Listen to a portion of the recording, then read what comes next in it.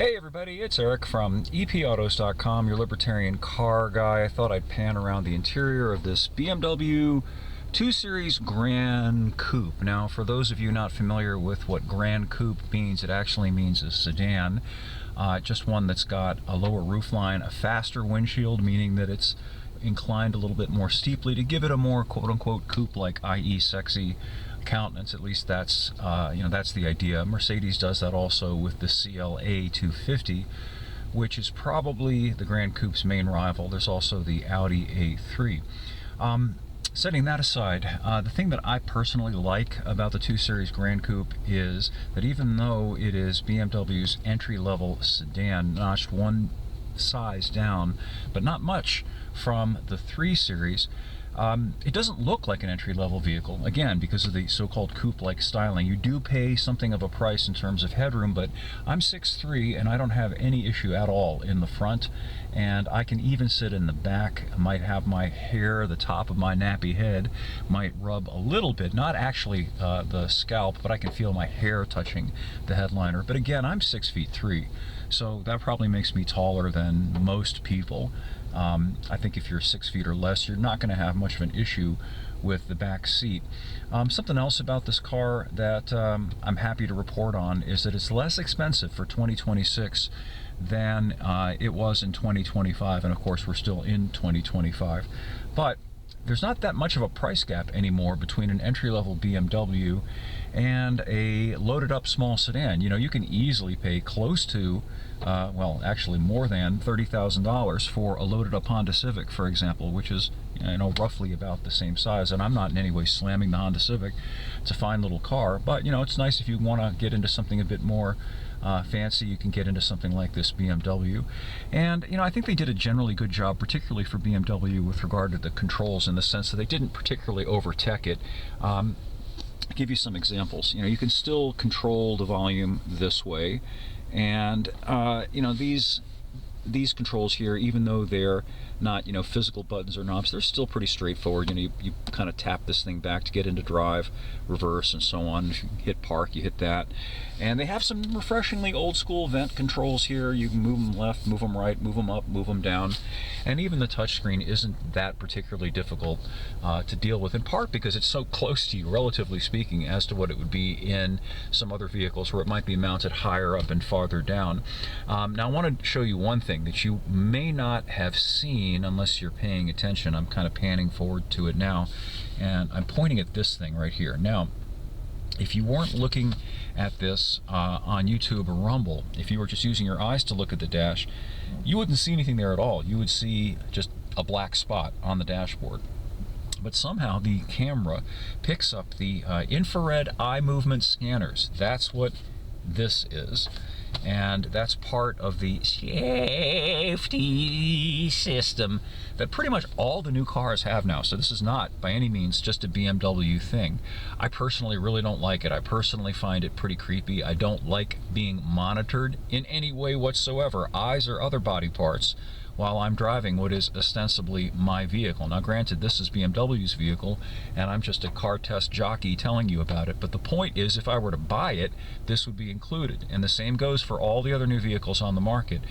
And it's a very curious phenomenon to me, in that, as far as I know, and I know a lot of people, and I talk to a lot of people, I do a lot of radio, and so on, I've not had a single person tell me that, yeah, man, I'm really happy about that eye movement monitor, that distracted/drowsy driver monitor. I want that in my next new car.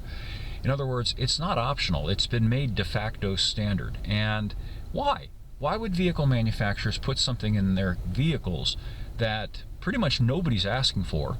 And, you know, to go a little farther, if they had made it optional, if they just put it out there on the menu and said, hey, we've got this system, and if you'd like to have it, you can buy it. You know, going back in time, Cadillac at one point offered their Twilight Sentinel feature, which was one of the earliest automatic headlight things. And they did that at a time when almost nobody else had that particular feature. It became optional on a number of other GM models, and you could select it if you wanted to pay extra, if you thought it was worth it, if you needed, or you thought it was worth it to have a car that would turn its headlights on automatically because it was apparently too much effort and too difficult to notice that it was getting dark and to turn on the headlights for yourself. But anyway, my point that I'm trying to make here is that they offered it, and when there was enough demand for it, okay, fine, people want this, we're gonna make this standard. Same goes for things like power windows and power locks and good stereos. These things are all now effectively standard equipment in every new vehicle, and they are because, you know, for the most part, most people want that stuff. So it just didn't make sense anymore to leave that stuff off the menu for the relatively small number of people who weren't interested in that and didn't want to pay extra for it. It made it more complicated to manufacture vehicles, and in a way that makes vehicles more expensive. But this stuff is entirely different. You know, this stuff they're just kind of pushing on us. It's being pushed subtly. Again, you know, you don't really notice it. It's not obvious. You can't literally see it unless you're looking at this through the lens of a camera. So circling back to the question, why? Well, you know, if you followed my stuff, you'll know why, at least why I think so.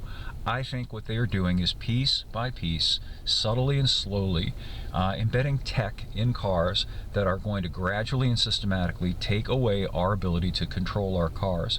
You might have seen the video that I posted a few weeks back when I was driving another vehicle from another manufacturer, and the thing actually tried to stop on me because it felt that I wasn't paying full time and attention. I was actually driving with my knees, kind of like I am right now. I know I'm terrible, but the fact of the matter is, you know, I'm tall, so I've got good leverage, and I can actually drive pretty competently with my knees. I know it's heretical and politically correct to do all that, but it's beside the point. The point is that the car didn't like it, even though I was not wandering out of the travel lane or doing anything else that, if you had viewed it from the outside, could be construed as unsafe driving or loss of control. Nonetheless, the car didn't like it because it could sense that my hands weren't on the wheel. That's another thing. A lot of new cars now, especially those that have some form of automated or self-driving tech, they have pressure sensors built into the steering wheel. So if your hands are not on the wheel, they can tell.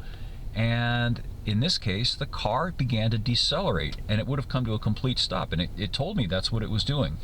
I was able to punch through that, so to speak, by just pushing on the gas and putting my hands on the wheel. But I believe a time is going to come where they won't let you do that if the car decides that it doesn't like the way that you're driving, or something even worse than that, if the system that we all know they're erecting around us piece by piece decides you shouldn't be driving, not because you can't drive or you're driving it inappropriately, but because, oh, it's an energy conservation day, it's a climate change day, we don't want people driving because it's going to increase CO2 emissions, you've exceeded your carbon footprint.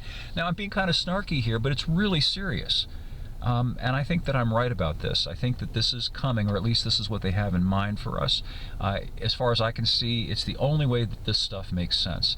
If you disagree with me and think I'm being a little bit hysterical, I'd love to know, and I'd love to hear, more importantly, why you think that. So please consider posting comments here or over at epautos.com, which is actually a free speech zone, in that there is no charge at all to say whatever you'd like to say on my site. We don't monetize you. I don't think we even, I have to check with my computer guy, but I don't think you even have to necessarily verify anything in terms of who you are. You can just come and post, and you'll have full reach and all of that good stuff. So anyway, enough of that for now. I hope to see you over there, and we'll have more for you here on YouTube and Rumble. Thanks as always for listening, and we'll be back in a bit.